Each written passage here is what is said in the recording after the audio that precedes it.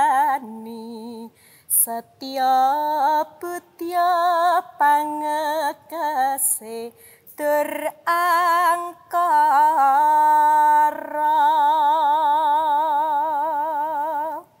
Wah, keren banget. Ya ampun, pemirsa. Itu tadi penampilan dari Mira Kirana, bener ya namanya Mbak Mira ya.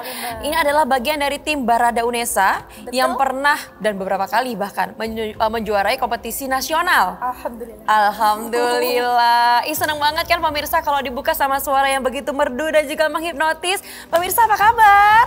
Baik juga dong ya. Wah, seru banget nih Anissa Dewi di sini bisa ngobrol lagi dengan pemirsa ya di acara Ngobrol Dong, Losin aja dong. Episode kali ini begitu memukau karena sudah dibuka oleh suara yang begitu memukau dari Mbak Mira plus menghipnotis ya. Saya aja bingung kok bisa suaranya bisa semerdu itu gimana. Saya cek-cek di Instagram sama YouTube.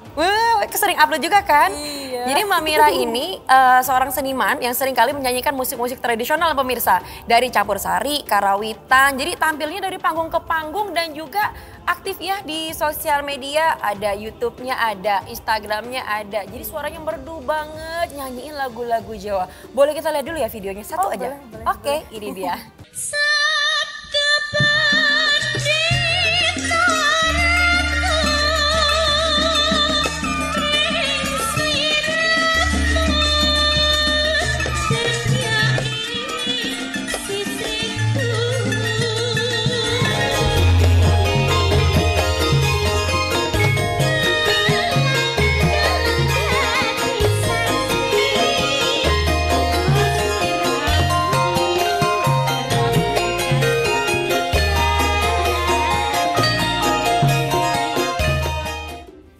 Nah, keren kan?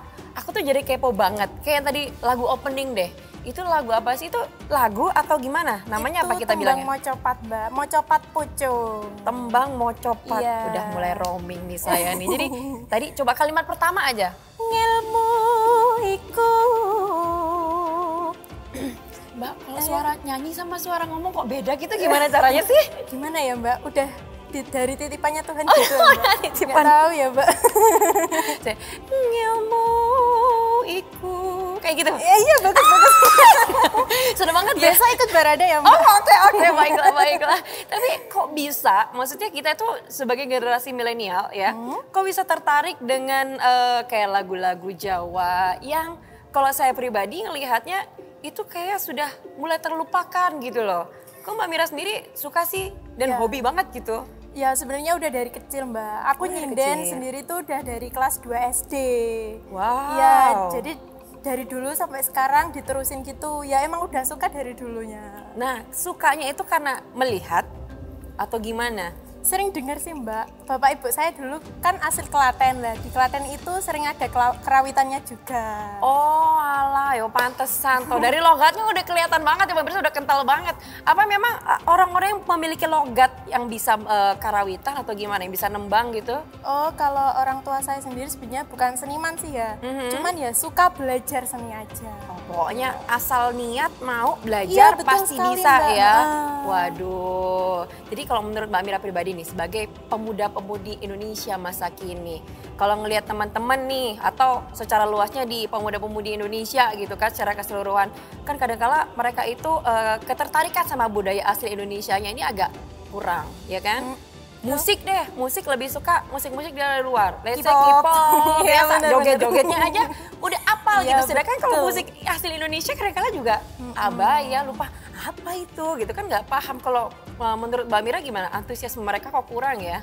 Ya mungkin karena setiap anak itu terlahir di tempat yang berbeda-beda ya.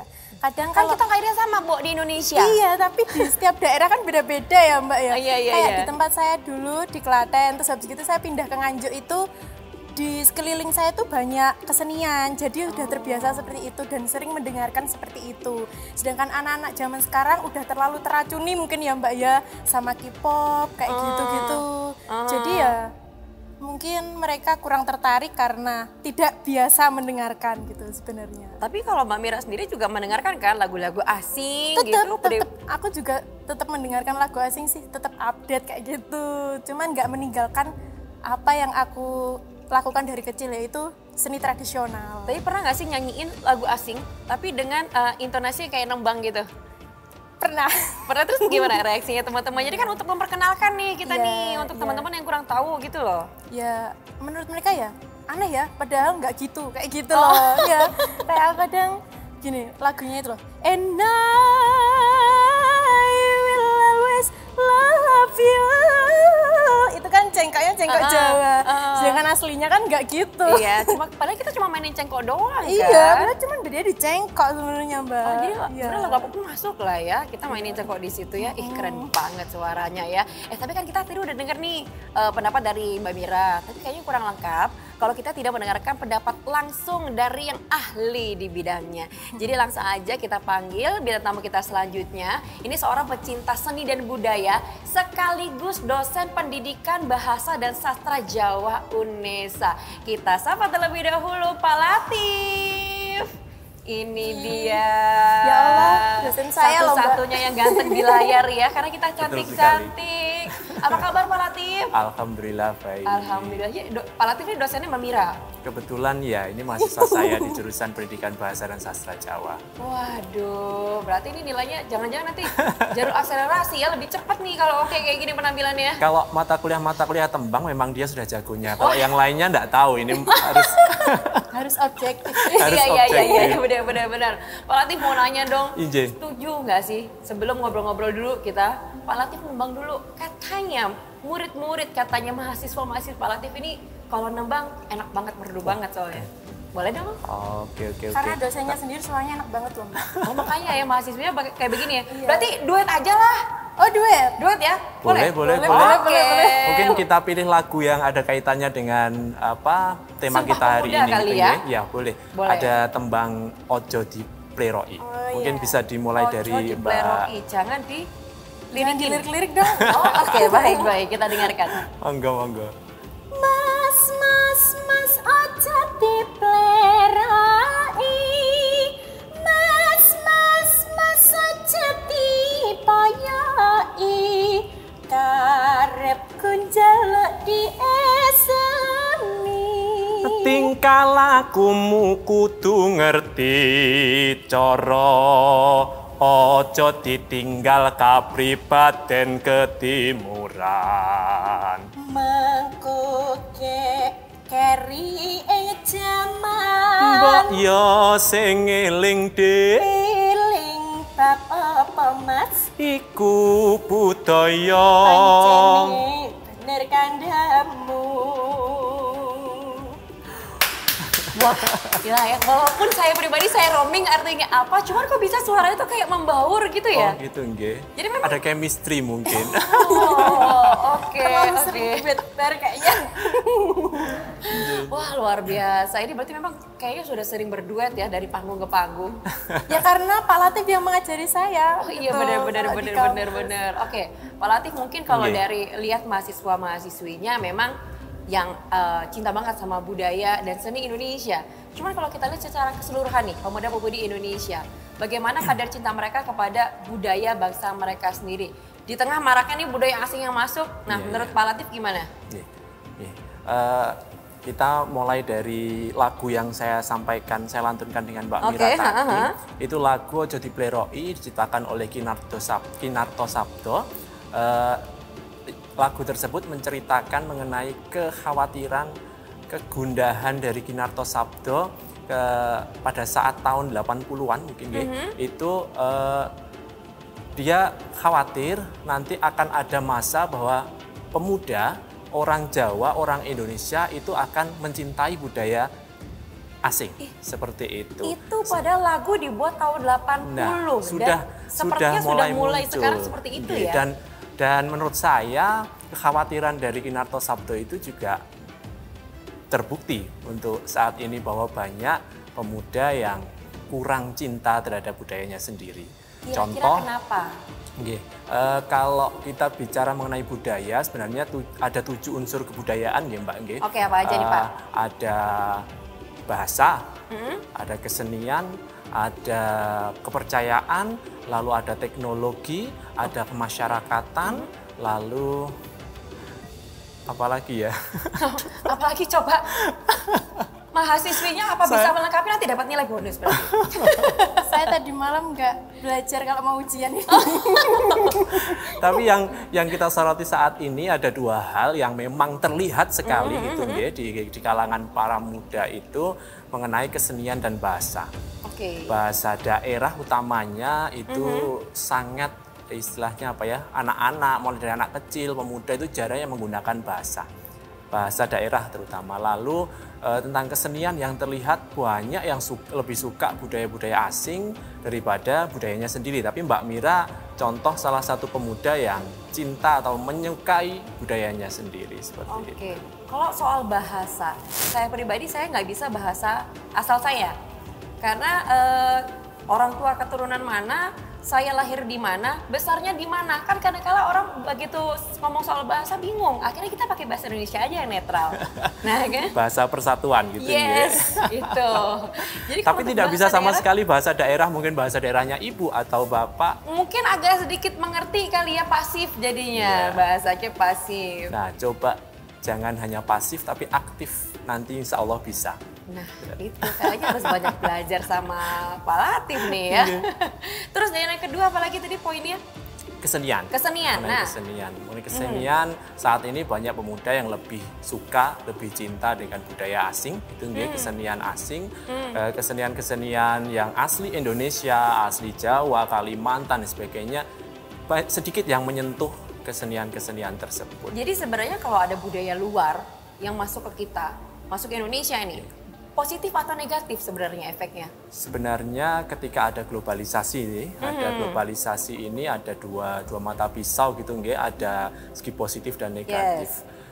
Ketika orang Indonesia itu sangat mencintai budayanya atau kuat budayanya, ketika ada budaya-budaya asing itu akan memberikan dampak yang positif. Jadi ada pengembangan dan sebagainya gitu nggih. Tapi kalau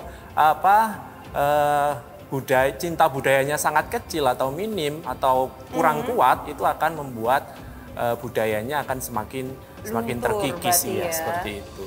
Oke, jadi gimana dong untuk mentamengi diri sendiri? Jadi kan sebenarnya dari diri sendiri yang bisa membentengi gitu kan, begitu ada budaya luar masuk, bukannya justru malah budaya kita pribadi yang terkikis, tapi justru harusnya memperkaya dong ya? Iya, betul. Tapi harus tadi dasarnya harus kuat dulu budaya yang. Itu dia. Nah, kalau belum kuat lalu kedatangannya, waduh itu yang membahayakan. Ya Itu. juga ya. Kalau kita lihat anak-anak sekarang, wah tiap hari tontonannya YouTube itu nggih. YouTube itu bisa dari daerah manapun bisa dilihat itu nggih. Yes. Termasuk budaya-budayanya Luar itu ya. ada di situ. Jadi ketika pondasi budayanya yang dari anak-anak terus pemuda itu masih kurang kuat, otomatis nanti akan tergerus budaya-budaya yang asli Indonesia seperti itu. Waduh, yuk ya, para orang tua harus bisa membentengi anak-anaknya. Nah, kalau untuk yang beranjak remaja nih harus bisa nih belajar dulu bagaimana kesenian dan budaya Indonesia, baru belajar tentang yang di luar ya. Berarti dipenuhin dulu nih yang di Indonesianya, bener nggak? Nah, terus ada langkah-langkah lain nggak yang bisa kita ambil gitu untuk bisa membuat kita nih muda-mudi Indonesia untuk lebih menjadikan budaya Indonesia ini kembali dicintai lagi? Ini bukan persoalan yang mudah, jadi tidak bisa dilakukan sendiri seperti itu, nggih. Jadi harus ada sinergi antara, ini saya bagi-bagi menjadi kaum gitu, nggih. Ada kaum yang sepuh, ada kaum muda, dan ada yang anak-anak seperti itu, nggih. Oh, matang, maksudnya matang. Jadi kaum sepuh atau yang matang ini menjadi benteng dari substansi atau isi dari budaya itu sendiri. Lalu pemudanya itu menjadi penggerak atau motornya supaya istilahnya juga tidak ketinggalan zaman, atau supaya bisa tertransfer antara substansi yang dikuasai oleh orang tua ditransfer ke anak-anak yang sekarang sangat peka terhadap teknologi dan informasi. Jadi ketiganya itu harus disinkronkan. Nah, dan itu juga perlu istilahnya upaya yang luar biasa dari pemerintah atau bahkan pemilik modal supaya banyak acara-acara televisi, acara-acara di YouTube yang dikemas semenarik mungkin, yang isinya adalah muatan budaya Jawa, budaya Indonesia, budaya Jawa juga supaya bisa tertanam di anak-anak, mulai dari anak-anak balita, karena mereka dari kecil sudah akrab sekali dengan teknologi dan informasi seperti itu. Kalau siaran-siaran televisi saya rasa udah mulai amat sangat kurang Betul sekali ya kalau yang sekali. kalau dulu ada tuh yang komedi-komedi, ada nyindan-nyindannya di awalnya ada ya kan. Paling nggak kena sentilan dikit loh, ini loh budaya Indonesia masih Iya. ada. Kalau sekarang mah sinetron-sinetron doang ya. Menangis. Tuh, nggak ada sama sekali budaya Indonesia dimasukin ke situ. Kasihan anak zaman sekarang ya. Nah, benar. Tapi kalau para pemerintah sendiri gimana? Apakah pernah ada kerjasama antara pemerintah dengan budayawan, khususnya mungkin di Surabaya atau bagaimana? Kan Jawa kan kental Sebenarnya, banget nih ya iya. sama budayanya. Ya sebenarnya sudah banyak sekali kerjasama antara pemerintah lalu praktisi seperti itu nggih, yang melakukan kerjasama untuk istilahnya memupuk budaya bagi anak-anak itu tadi. Terus kalau yang sudah ada nggih, sudah ada seperti yang di Jawa Tengah itu ada Mbak Bunga Similikiti, anak kecil di YouTube, di Instagram, anak kecil tapi dia fasih sekali menggunakan bahasa daerah, bahasa iya, Jawa. iya. Dia Udah viral tuh. suka apa istilahnya? Mukbang. Mukbang Iya, itu, lalu dia juga bercerita menggunakan bahasa daerah. Iya. Nah, itu kan itu harus di istilahnya digait gitu nggih, supaya bisa menumbuhkan minat anak-anak Untuk terhadap bahasa menginspirasi daerah. anak-anak seumuran dia paling enggak lah ya. menginspirasi, iya. Lalu juga banyak sekarang itu channel-channel YouTube mengenai lagu-lagu barat yang juga diaransemen pakai musik gamelan dan sebagainya, lalu diubah liriknya menjadi bahasa Jawa, sebenarnya juga bahasa lain juga ya. banyak, iya betul. Oke, jadi sebenarnya langkah-langkah itu tuh sudah dilakukan. Nah, terus sudah mulai terlihat nggak hasilnya? Sudah mulai terlihat, tapi ini masih perlu, kan terlihat itu masih kecil sekali gitu nggih. Jadi sehingga perlu banyak lagi upaya yang harus kita lakukan. Tadi ada kaum muda, pemuda dan anak-anak juga harus diajak untuk tahu tentang budayanya seperti Langkah itu. tersimpel apa yang saya pribadi bisa saya lakukan di rumah untuk paling tidak menumbuhkan rasa cinta anak-anak saya kepada budaya Indonesia, termasuk saya pribadi juga gitu. Nggih, anaknya suka nonton YouTube atau bagaimana? Banget. Oh, banget. Game tapi Games. ya. Oh, yang games ada main games kasih komentar YouTube seperti itu channel, nggih. yes, Waduh, betul. itu bahaya juga itu kadang-kadang. Karena kadang-kadang itu muncul kata-kata yang kurang sopan betul. gitu nggih. Anak saya juga suka Padahal lihat budaya seperti sopan itu. santun itu gitu, nggih. budayanya kita banget kan Nah, ya. maka dari harusnya. itu. Nah, jadi memang harus buat formula tayangan yang benar-benar disukai sama anak-anak sampai dia itu berjam-jam bisa nonton itu seneng gitu, gimana gitu. Itu yang harus kita lakukan gitu. Coba, ini sudah ada belum kira-kira seperti itu? Kalau sudah ada beberapa yang membuat dongeng berbahasa daerah gitu nggih. Dongeng-dongeng berbahasa daerah sudah dikemas menjadi sangat bagus, tetapi mungkin nopo nggih gerusan dari luar ya? yang terlalu sangat eye catching, lalu musiknya bagus, akhirnya juga masih kalah dengan Iya, yang berarti lainnya. kerja sama-sama seperti teman-teman di itu. sini dong, diedit sama mereka sedemikian Harusnya rupa, seperti ya itu, kan? harus banyak Biar lebih menarik. banyak pihak. Benar, Sekarang itu benar, waktunya berkolaborasi, tidak sendiri gitu. Mantap. Dengan kolaborasi impact-nya lebih gede lagi ya. Oke, baik. Nah, ini tadi pemirsa penjelasan dari Pak Latif terkait bagaimana keadaan rasa cinta pemuda Indonesia terhadap budaya Indonesia sendiri. Tapi kalau dari Mbak Mira nih, mungkin ada pesan untuk teman-teman di luar sana supaya tidak lupa dan selalu cinta dengan budaya bahasanya. Ya, untuk teman-temanku semuanya yang berada dimanapun itu, yang penting itu budaya kita sendiri dulu. Kita boleh mencintai budaya luar, tapi jangan sampai lupa sama budaya kita sendiri. Oke. Ya, karena Jadi, yang paling penting adalah budaya kita. Yang nomor satu dulu. nomor satu. Jadi Iya. istilahnya kayak gini nih, gimana kita bisa mencintai orang lain kalau cinta sama diri sendiri Iya, belum? Iya, betul Bener sekali. ya. Iya, gitu. Tapi kalau sesuai dengan tema kita ini kan pas banget Sumpah Pemuda ya. Mengaku bertumpah darah satu tanah air Indonesia. Tapi kalau kita lihat di sosmed nih, banyak banget yang bangga kalau bepergian ke luar negeri. Ya kan? Mengaku berbangsa satu bangsa Indonesia.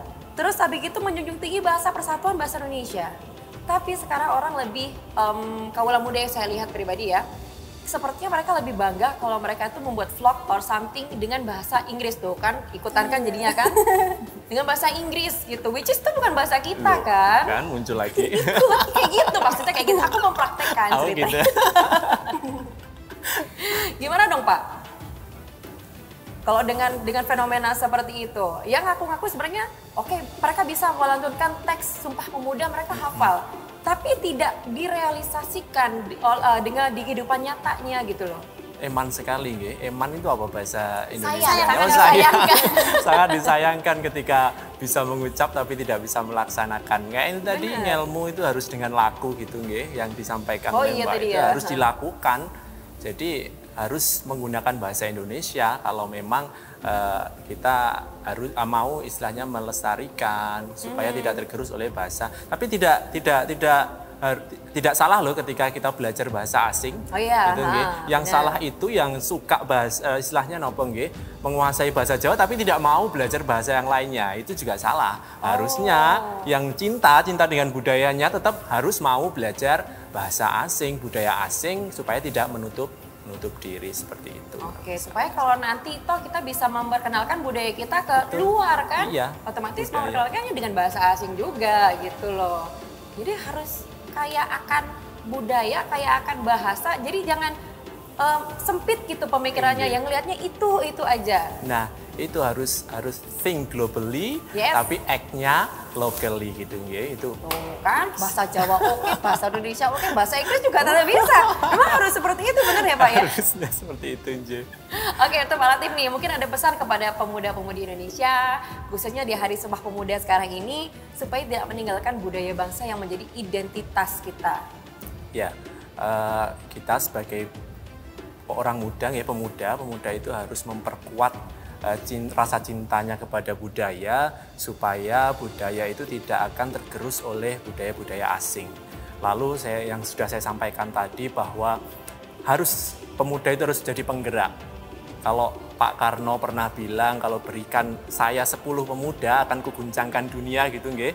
Jadi pemuda walaupun beberapa hanya segelintir, tapi kalau melakukan sesuatu demi budayanya itu nanti pasti akan membuat sesuatu yang luar biasa gitu nggih.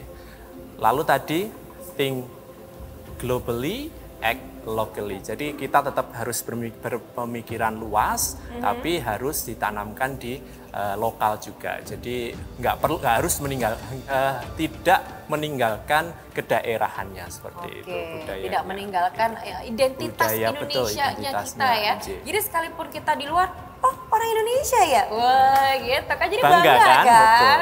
Benar, itu tadi pemirsa ya, episode kita edisi spesial Hari Sumpah Pemuda. Semoga ya di Hari Sumpah Pemuda ini pemirsa semua di rumah, mau pemuda, pemudi, usia berapapun, bisa lebih menemukan lagi, lebih dalam lagi rasa cintanya kepada Indonesia. Terus juga melestarikan, tidak hanya cinta tapi juga melestarikan budaya Indonesia sebagai wujud dari kontribusi kita dalam persatuan dan kesatuan negara Republik Indonesia.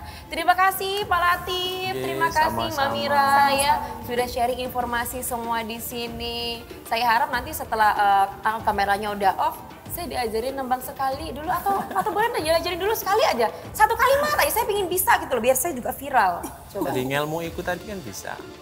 Coba lagi.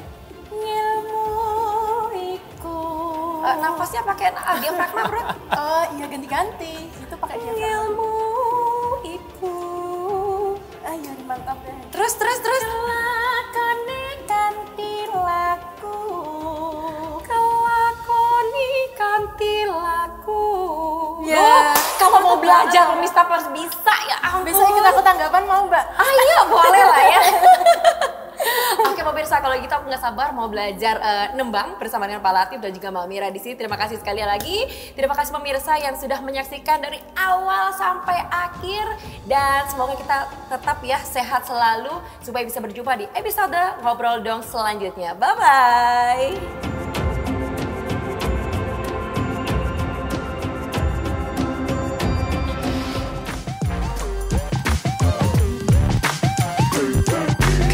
KCTV